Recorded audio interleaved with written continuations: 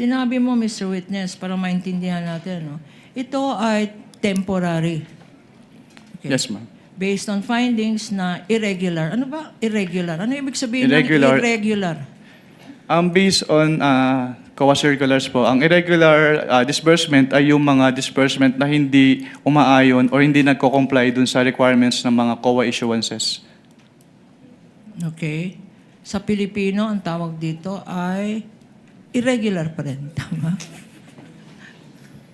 Itong illegal. Anong ibig sabihin ng illegal? Kapag sinabi pong illegal, yung disbursement po ay hindi nagko-comply dun sa applicable laws. At kung sinabi mong improper, Kapag improper naman po, ang ibig sabihin, yung expenses ay either unnecessary, excessive, extravagant, or unconscionable po.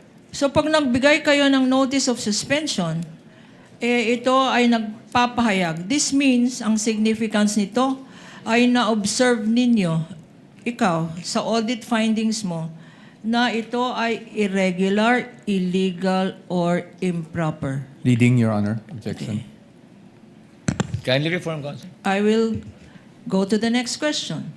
Pag hindi na-comply ang notice of suspension, what action, if any, is taken by your office?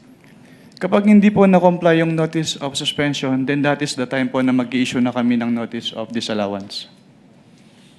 Ano naman itong notice of disallowance? Based on the joint circular po, yung notice of disallowance ay yung written notification to the agency head or the accountant informing them of the disallowance nung disbursement and requiring them to restitute the amount po nung disbursement because yung disbursement ay illegal, improper, or irregular.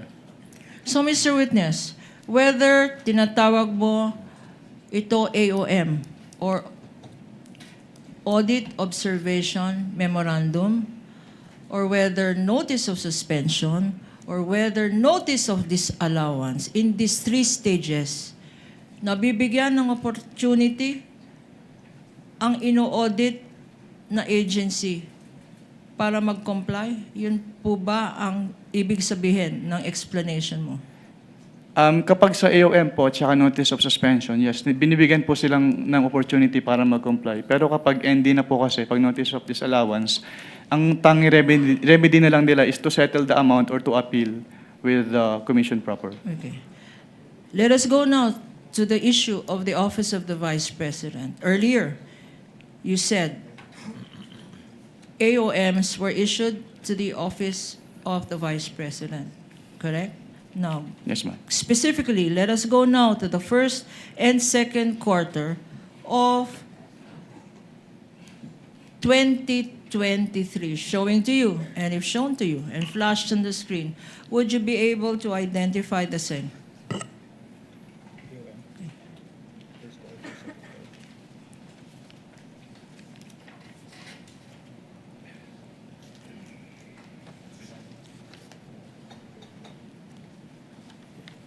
Yes, ma'am. Your Honor, please, for purposes of identification, this again is a stipulated common exhibit. This AOM, dated February 1, 2024, corresponding to the first and second quarters, have been identified as Exhibit P-1-12-E for the prosecution.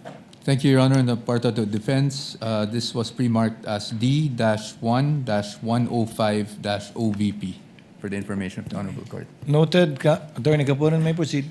Please look at this AOM and refresh your memory. What, Mr. Witness, did you observe from this AOM?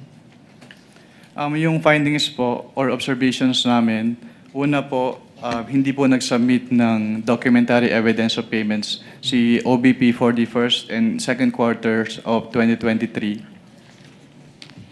Pangalawa po, based on their accomplishment report, meron kasing nakalagay as payment of rewards pero wala pong sinubmit si OBP na any document evidencing the success po, which is in violation of the item 4.8.5 of the joint circular.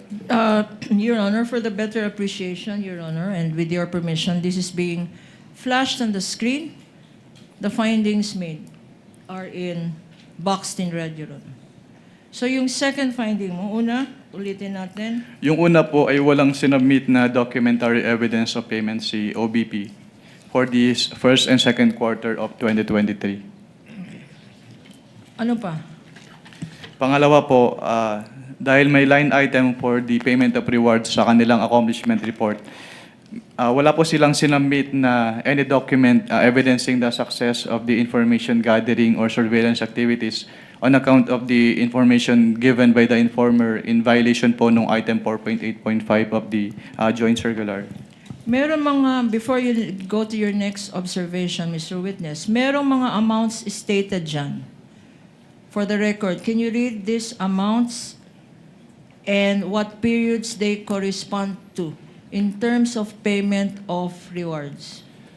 Based on this AOM po, yung 15 million pesos ay binayad as payment of reward noong February 6 to March 29, 2023. At yung 12 million pesos naman po ay binayad as reward noong April 25 to June 30, 2023. And nakalagay dito, non-compliant with item 4.8 from point 5.b of the joint circular. Why is this non-compliant based on your submissions in your AOM? Yung item 4.8.5.b po kasi, yun yung documentary evidence o yung document evidencing the success of the information gathering or surveillance activities. Pero since wala po silang sinubmit na document na yon, hindi po nag-comply yung kanilang payment of rewards dun sa requirements ng joint circular. Para maintindihan natin, kasi medyo technical to, no? Ano yung evidence of success? Ano ang kino-consider ng office mo na evidence of success? Actually, based dun po sa joint circular, walang any specific document na na-mention. Pero kasi ang tinitingnan po namin is dapat merong causal link yung surveillance activity, yung successful surveillance activity or information gathering at saka yung information given by the informer. Hindi ba confidential itong information na rini-require niya? Confidential ba to? Yung tinatawag mo na causal. Cause at saka effect. Yes, ma'am. Hindi ba yan? Is that confidential information? Since yun po yung requirement ng joint circular, kailangan po nilang i-comply po. Necessary ba ang... Ano ang... No, I will reform.